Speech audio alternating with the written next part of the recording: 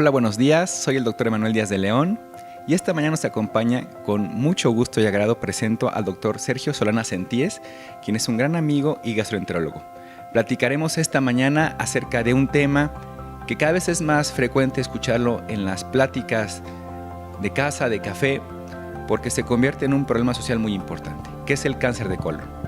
Sergio, ¿qué es el cáncer de colon? Platícanos un poquito acerca de esto. Gracias, Emanuel. Bueno, gracias por la invitación, Emanuel. Gracias a ¿Qué tal? Por permitirme estos minutos aquí esta mañana y poder platicar con ustedes un tema tan relevante como lo es la detección oportuna del cáncer de colon y en sí el cáncer de colon. Yo soy gastroenterólogo, me dedico a esto y bueno, pues hemos visto en los últimos años a nivel mundial el aumento en la incidencia de casos de cáncer. Es bien sabido por todos las campañas publicitarias, mediáticas en cuanto a la detección oportuna de cáncer de mama, de cáncer de próstata, de cáncer pulmonar, de cáncer cérvico-uterino, y escuchamos muy poco sobre el cáncer de colon, siendo que a nivel mundial es la tercera causa de cáncer más frecuente, tanto en hombres como en mujeres. En hombres por debajo del cáncer de próstata, del cáncer de pulmón, y en mujeres por debajo del cáncer de mama y del cáncer cérvico-uterino. En algunos lugares, incluso en México, desafortunadamente no contamos con estadísticas muy precisas por nuestro sistema de información, pero lo que tenemos es que en algunas ocasiones puede llegar incluso a superar el cáncer pulmonar en hombres y el cáncer cérvico-uterino en mujeres. Entonces es un problema bien grandote. Se calcula más o menos una frecuencia de 3.8 casos por ciento. Entonces, y sobre todo que es una patología que en determinado momento puede llegar a ser curable. Entonces creo que es muy importante que la gente se concientice y la información que podamos compartir con ella en este momento. Sergio, ¿a quién afecta? ¿A quién afecta el cáncer de colon? ¿A cualquier persona y a cualquier edad? Déjame te comento, ¿qué entendemos por cáncer colorectal? Que fue probablemente la primera pregunta que me hiciste y me desvié un poquito. El cáncer colorectal es la presencia de un tumor de comportamiento maligno, y de comportamiento maligno hablo de crecimiento acelerado y sin control por parte del cuerpo, que migra y que evoluciona y que camina hacia otros lugares del cuerpo. Eso es un tumor maligno, porque se podría llamar también que existen tumores benignos. Entonces, la presencia de uno de estos tumores dentro del colon o del recto, que es la última parte del tubo digestivo bajo, es lo que consideramos como cáncer colorectal. El 95% de estos cánceres colorectales derivan de la presencia de pólipos dentro del colon. Los pólipos son crecimientos anormales de la mucosa hacia la luz del colon y que pueden estar conformados por diferentes tipos de células. Dependiendo del tipo de célula que genera este pólipo, que valga la comparación, es como una especie de verruga, una especie de cebollita de cambray que crece hacia la luz del colon. Por aquí vamos a estar presentando algunas imágenes de estas lesiones. Estas lesiones son totalmente asintomáticas y dependiendo del tipo histológico, o sea, del tipo de célula que conforma este pólipo, tienen mayor o menor riesgo de malignización, de volverse cáncer. Entonces, es una enfermedad hasta cierto punto silenciosa, porque estos pólipos no dan síntomas.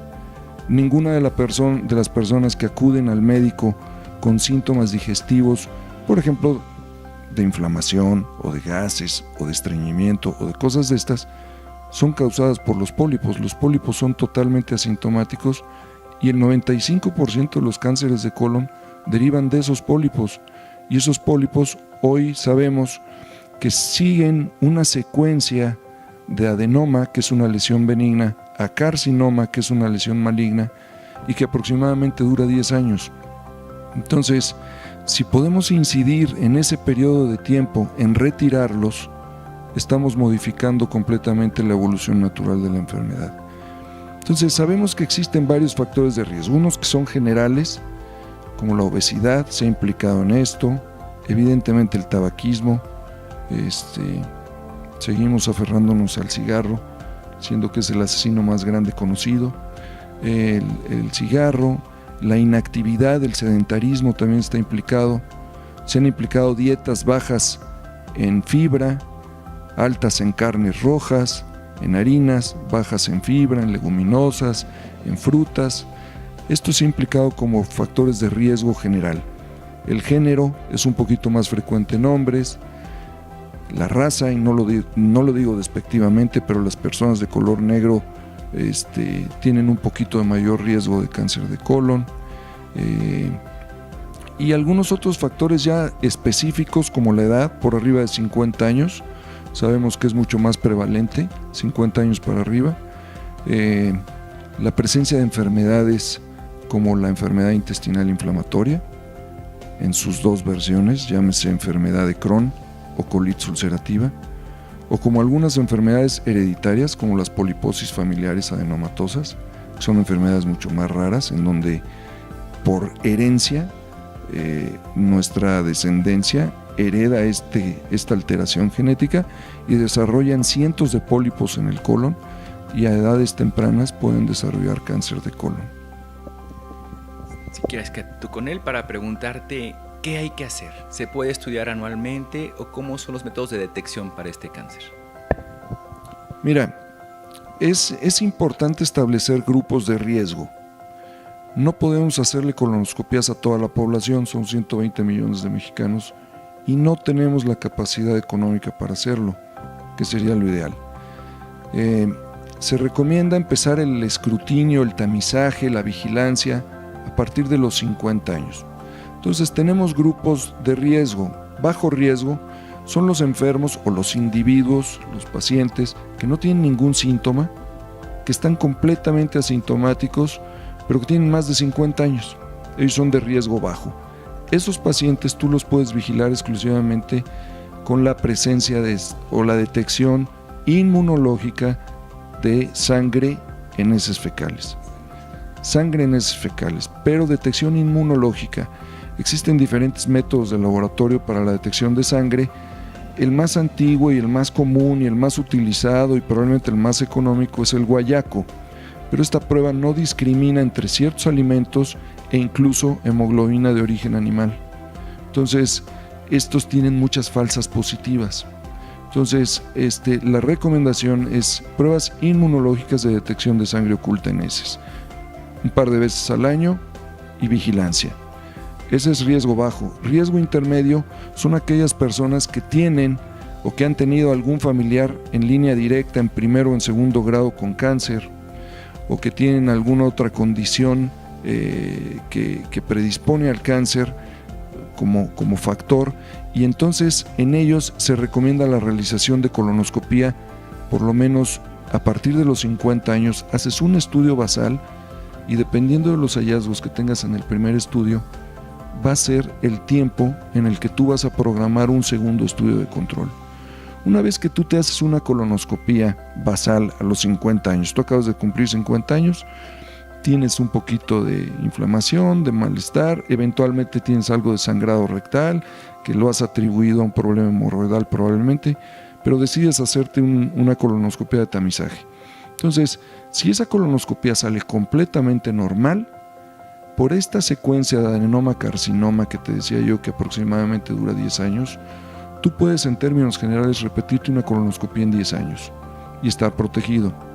Ahorita vamos a hablar de otro detalle al respecto de eso. Si tienes un riesgo intermedio o te encuentras alguna lesión que puede ser premaligna, por ejemplo, te encuentro pólipos adenomatosos, bueno, pues entonces la colonoscopía, evidentemente tienes que retirar esos pólipos.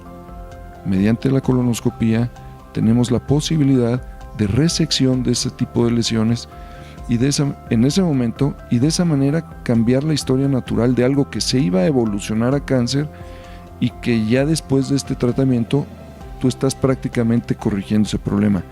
Sí, pero tú ahorita te quito un pólipo o dos pólipos, pero en este momento pueden estar empezando a crecer lesiones que no son aparentemente visibles al endoscopista. Y entonces, si yo te encuentro una lesión que tiene un bajo riesgo de cáncer, la siguiente colonoscopia se recomienda a los 5 años. Si tienes una lesión con alto riesgo de cáncer, por ejemplo, la presencia de un adenoma túbulo velloso en el colon, esa lesión es de alta malignidad y entonces evidentemente hay que resecarla, pero el seguimiento lo haces a 3 años o a 1 año si es que encuentras un carcinoma in situ. ¿Qué pasa, Sergio, con una persona de 60 años, 70 años, hombre que se ha descuidado y que tiene problemas intestinales y que son muy renuentes a ir a médicos? Esto sucede mucho porque llega pacientes a la consulta con esas características. ¿Qué pasa? ¿Es de un riesgo alto o sigue estando dentro de un riesgo moderado? Eso depende un poquito de cada paciente y hay que individualizarlo. Si es una persona que ha tenido familiares con cáncer de colon directo por abajo de 60 años, probablemente está obligado él a hacerse un tipo de colonoscopía. Si es una persona que está completamente asintomática, que nunca ha tenido ningún síntoma colónico, que no tiene familiares directos de cáncer de colon, que no hay antecedentes de poliposis familiar, que no tiene ningún otro factor de riesgo, probablemente esa persona la pueda seguir monitoreando exclusivamente con vigilancia de detección de sangre oculta en heces un par de veces al año.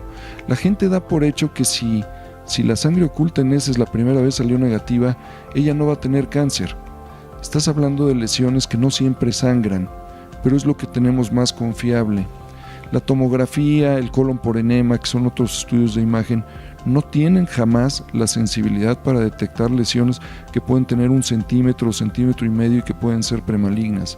Entonces, no se recomienda el uso de tomografía o de colon por enema para tamizaje de cáncer. Entonces, aquí es básicamente detección de sangre oculta en heces en sujetos completamente asintomáticos y sin antecedentes directos de cáncer, o bien colonoscopías periódicas dependiendo de los hallazgos que encontremos en la colonoscopía inicial, que es la que va a dictar en qué tiempo vamos a estar haciendo los estudios de control. Sergio, muchas gracias. La siguiente semana te esperamos nuevamente por favor aquí con nosotros para continuar con las recomendaciones para el cáncer de colon. Gracias y que tengan un buen día.